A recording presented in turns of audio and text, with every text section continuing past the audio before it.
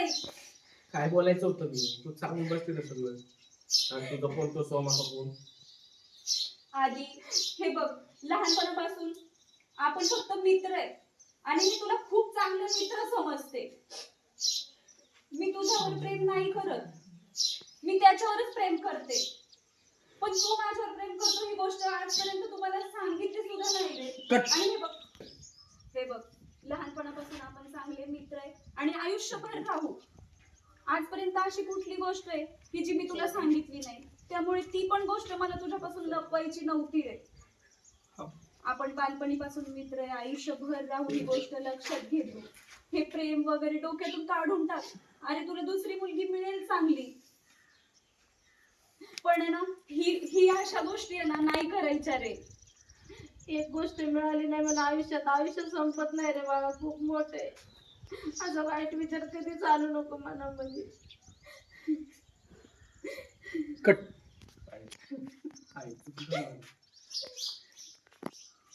तिचा राग डोक्यात धरून मी तुला विसरून गेलो. तिला जन्म दिलाय तिला विसरून गेलो. माफ कर मला, परत नाही अशी चूक होणार. आणि तू म्हणशील त्या मुलीशी लग्न झाली. अरे तूच नाही, तुझ्या आल्या प्रत्येक मुलाने कधीच असं टोकाचं पाऊल उचलायचं नाही. आणि लहानपणापासून किती खास्ता खाल्लेल्या असतात मुलाला लहानाचं मोठं करायला.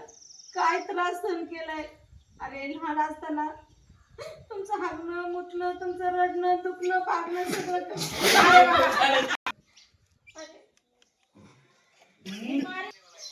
अरे तू जन्माला आल्यापासून किती त्रास सहन करावा लागतो माहितीये का तुला. आणि रात्री कट काय झालं. जन्माला आल्यापासून आईला काय काय खास्ता खावं लागतं माहितीये का तुला. आणि रात्री अपरात्री ते उठतं, त्याला भूक लागते, कधी ताप येतो, कधी दुखतं, बोलता येत नाही, पण सगळं आम्ही समजून घेतो. तुमच्या भावना आम्ही समजून घेतो. अरे शाळेत जाण्यापासून एवढं मोठं करण्यापर्यंत काय काय सहन केलंय मला माहिती. आणि आज तू एका मिनिटात ते जीवन संपवायला निघाला.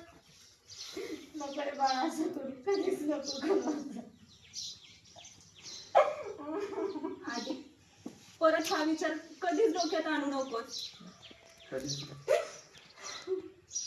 मला प्रॉमिस कर, परत असं कधीच वागणार नाही. हात पुढे केला. आणि मला प्रॉमिस कर, आपली मैत्री आयुष्यभर अशीच राहील.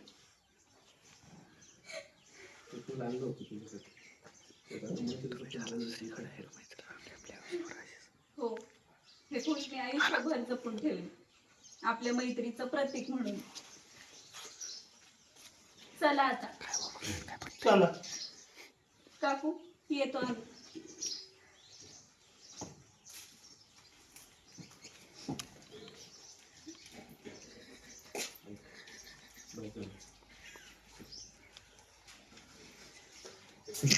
आता